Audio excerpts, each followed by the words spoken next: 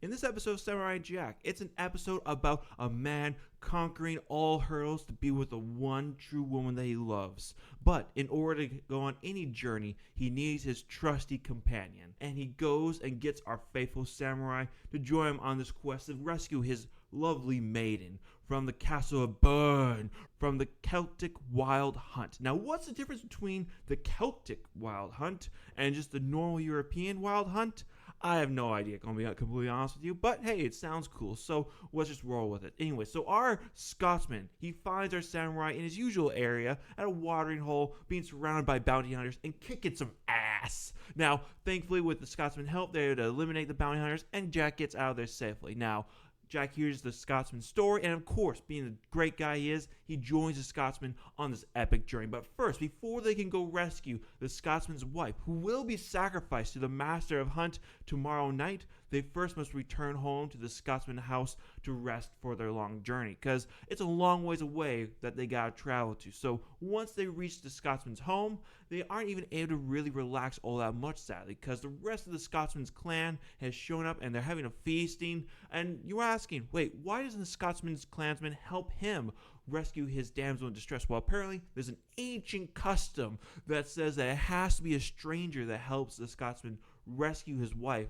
from the Celtic wild hunt. Now, that's just some great plot devices there, but still, I like it, so we're going to keep rolling with it. Now, at this feast, we get introduced to a great Celtic dish called haggis. Now, haggis looks like something your cat hagged up. I'm not gonna lie, man. It doesn't look that appealing to me, but apparently the Celtmen, they all enjoy it. And when we get the description of it, it still does not sound that appealing, because what is a sheep's stomach stuffed with meats and sorts. So, I guess a mystery dish of sorts? But judging by Jack's reaction, it has a little bit of a unique aroma to it. So, people who enjoy food, beware. I probably will give it a try just because I want to try all foods, but still, that might be a one and done dish. I'm just being honest with you. Now, with the feast going on, though, the shaman of the Celts comes forward and he accuses our hero of not being manly enough. So he challenges Jack to a stone throwing competition. Now, this sounds like something easy for the Celtsmen, and a stone throwing competition doesn't sound too hard, so Jack should be able to do a pretty good job, until it turns out the stones that they're throwing are boulders. And the guy they use to have them throw a boulder throws it, well, I'm going to say at least maybe 100 yards, maybe 200 yards, a fair distance away. And when Jack's turn, he's able to maybe get like 10 or 20 feet away from them. And the rest of the crowd is just mocking and laughing. And the Scotsman, as a good man, as a good wingman, he's like, that's just his warm-up. Come on. You got to really see how he throws things.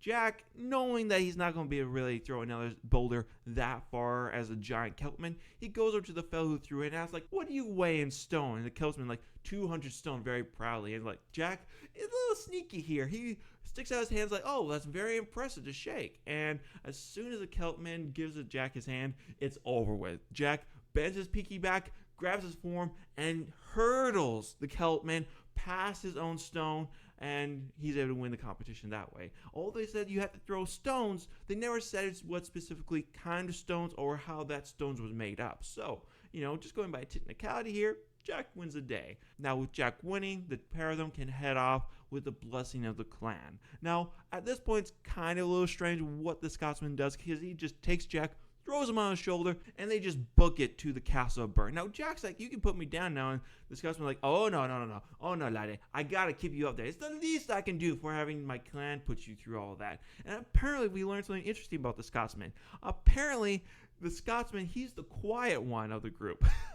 Like, when we first introduced to the Scotsman, that's not something that we were expecting, but apparently that's why he doesn't hang around as much as the rest of his clansmen, because he just doesn't quite fit in. So I respect the Scotsman. Now, with that said, the pair of them, they do reach the castle of Bern, and it's just a skeletal fortress with skulls and bones all over the place. And it looks like it's fairly empty, until Jack throws a stone at the fortress, where 7 robotic guards come forth patrolling. And at that, the Scotsman's like, oh, we can take those guys easily. Which he's right. Jack and the Scotsman are fierce warriors. But Jack does point out, like, yeah, that's not the case. Only 7 showed up because I threw a rock. If we were to go down there, we'd be overwhelmed. So, instead of taking the easy route, they decided to try climbing over the wall because there's a whole bunch of bones and all that rib cages that they can climb on for some reason. Don't really know why. But the pair of them are able to get in more or less undetected. So they are able to go through the castle and start searching for the bride until Jack is able to stumble upon where he sees a figure of a woman up in a tower and points it out to the Scotsman, and they're like, oh, that's gotta be her. Now, one thing I gotta mention to you first, the way that this woman has been described to us, she has luscious blonde hair, beautiful eyes, as thin as a toothpick, as delicate as a flower. So pretty much the most beautiful woman that you can imagine they're gonna go rescue. And like, this is a Scotsman. Of course he deserves the most beautiful woman in the world. Like, what kind of woman wouldn't want the Scotsman as a husband? Let's just be honest here. The man's got everything. He has a machine gun for a leg and a magical sword. Can't really beat that, my ladies. So with that, Jack and the Scotsman, they start heading up the tower where they're able to free his wife at last. And this is where the truth of the situation comes out. She might be a beauty in the Scotsman's eyes, but she might be a little big boned. So I can understand more of why the Celtic hunt wanted to use her as a sacrifice and as a meal, because you probably gonna have some leftovers after you dish that lady up. just saying, like, it's like, wow, that's a lot of lady there, my man. Like, we had some whales in our day here, but that brings it to a whole new level. Now, apparently, they had to carry her down because her feet are sore, and she continuously berates both Jack and the Scotsman, and she even starts asking why the Scotsman's always gone, why he's being such Nancy and all that.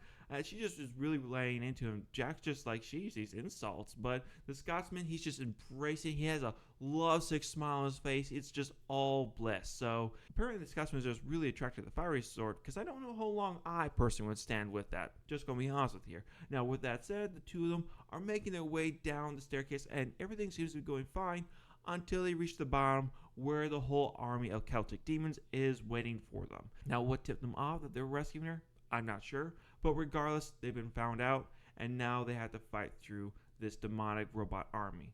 And you know what? Jack and the Scotsmen, they're able to mow them down pretty good, but there's just too many of them. And at this point, they're just like, yeah, you know what? It's been an honor serving with you. If we die here, it's been a great time. And that does look like it's the end of our two heroes.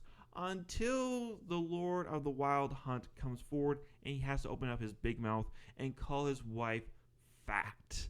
Now, one lesson that every man knows, whether you have a girlfriend, sisters, or mom, you don't call girls fat, not to their faces. And apparently this guy didn't know that, because as soon as he did, she just goes on a rampage, like a wrecking ball, just mowing through everybody, and just a crazy killing machine, showing that pretty much she probably could have saved herself at any moment. She just didn't have the right motivation. Now, with the robot army now destroyed, and the Celtic lord now dead, she actually starts showing some affection to the Scotsman and Jack, and appreciation for them to come and save them. Now, you might think like, oh, this is the end of the episode. We got a nice sweet ending here. The Scotsman has his wife. Jack is now invited to their home for dinner, until they get to the end of the castle, where the doorway leading out is a little small, and Jack, not really thinking too much of it. Like, we might want to find a different way to exit, because the exit is so small and your wife is so large. He didn't say fat, he just said large.